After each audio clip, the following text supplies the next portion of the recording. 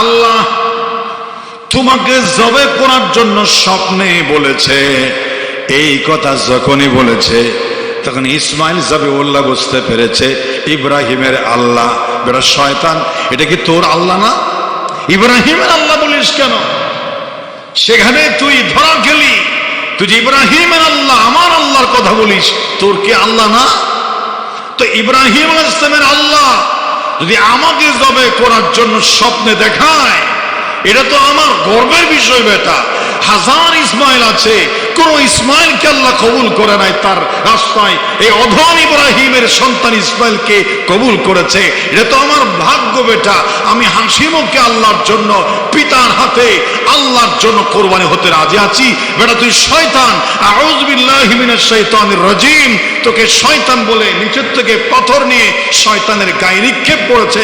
কিয়ামত পর্যন্ত হাজিরা সে স্থান দিয়ে আসার সময় ইসমাইলের মতো শয়তানের জায়গায়, শয়তানের গায়ে রাগ গুসা নিয়ে পাথর নিক্ষেপ করে, আর সেই জায়গাটা বিশাল আকার সাইজের পিলার দিয়ে হাজিদের শয়তানকে পাথর মারার জন্য সুন্দর ব্যবস্থা করে দিয়েছে।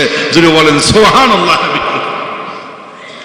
আপনারা বলেছেন ইসমাইল ইসলাম জবে হয়ে যাবে, নেকের পথে আমলের পথে যাচ্ছে, শয়তানের বাঁধা আছে না নাই? আছে। আবার এক দৌড়ে গিয়ে জানেন আপনারা বিবি হাজরাকে বলছে, এই অবলা সরলা নারী সন্তানকে কসাইয়ের হাতে তুলে দিলা মনে হয়। সন্তানকে কোথায় তুলে দিলা? বলে পিতার সাথে গেছে। কোথায় যাচ্ছে জানো? বলে বেড়াতে যাচ্ছে। না বেড়াতে না, তোমার স্বামী তোমার কলিজার নাড়ে সারা দনকে আজ জবে করে ফেলবে। হাজরা কি কথা বলেছেন আলাইহিস সালাম? আরে তুমি কি বলো? আমার স্বামীর কলিজা হচ্ছে আমার সন্তান ইসমাইল, যাকে এক নজর না দেখলে থাকতে পারে না। ঘুম থেকে উঠে ইসমাইল খুঁজে, ঘুম থেকে যাওয়ার সময় ইসমাইল খুঁজে। একটা জাররা পরিমাণ সরিষার দানা খায় না ইসমাইল ছাড়া। শয়নে স্বপনে জীবনের সব সময় ইসমাইল বলে বলে যেই বাবা সময় কাটায়, সেই কলিজার টুকরা ইসমাইলকে জবে করবে আমার স্বামী ইব্রাহিম, আমি বিশ্বাস করি না, হতেই পারে না। কেন জবে করবে? তখন এই শয়তানে কি কথা বলছে? ইব্রাহিমের আল্লাহ ইসমাইলকে জবে করার জন্য বলেছেন, ইব্রাহিমের আল্লাহ ছেড়ে শপথ দেখাইছেন, এই জন্য জবে করবে। তুমি তো বুঝবে না, তাড়াতাড়ি সন্তানকে বাঁচাও, নিয়ে গিয়া চলো তাড়াতাড়ি নিয়ে আসো। ইসমাইল ইসলামের মা হাজরা তখন সেদিন বলেছিলেন, আরে ইব্রাহিমের আল্লাহ ইসমাইলকে চেয়েছে আল্লাহর রাস্তায় কোরবানি হতে, এটা তো আমি হাজরার ভাগ্য। এত হাজার ইসমাইল থাকতে আমার ইসমাইলকে আল্লাহ কবুল করেছেন, এটা তো আমার সৌভাগ্য। এই মনে হয় তুমি শয়তান। শোনো, আমার তো শুধু একটা ইসমাইল আল্লাহ আমাকে দিয়েছেন।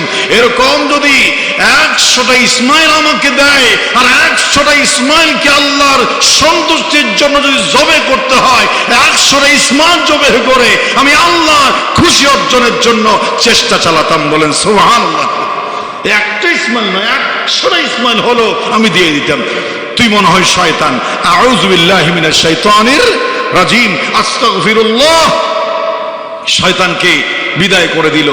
তো এটা আমি এই জন্য বলছি, কোরবানি এটা নেক আমল, ওয়াজিব আমল, এটাতে শয়তানের বাঁধা আছে, আর কোনো আমলে বাঁধা নাই। আছে না নাই? আছে। নামাজ পড়তে যাবেন, শয়তানের বাঁধা আছে। রোজা রাখতে যাবেন, শয়তানের বাঁধা আছে। জিকির করতে যাবেন, শয়তানের বাঁধা আছে। দরুদ শরীফ পাঠ করতে চাইবেন, শয়তানের বাঁধা আছে। যে সমস্ত আমলে মানুষ জান্নাতের দিকে যায়, আল্লাহ সন্তুষ্টির দিকে যায়, ওই সকল ক্ষেত্রে শয়তান মিস্টার ইবলিস তার সমস্ত ক্ষমতারিয়া বাঁধা দেবে। এটাই হলো কোরবানির শিক্ষা। সুতরাং নেক আমলের সময় বাজে উল্টা পাল্টা নেগেটিভ যত চিন্তা মাথায় আসে মনে করতে হবে শয়তান আমাকে ডিস্টার্ব করে।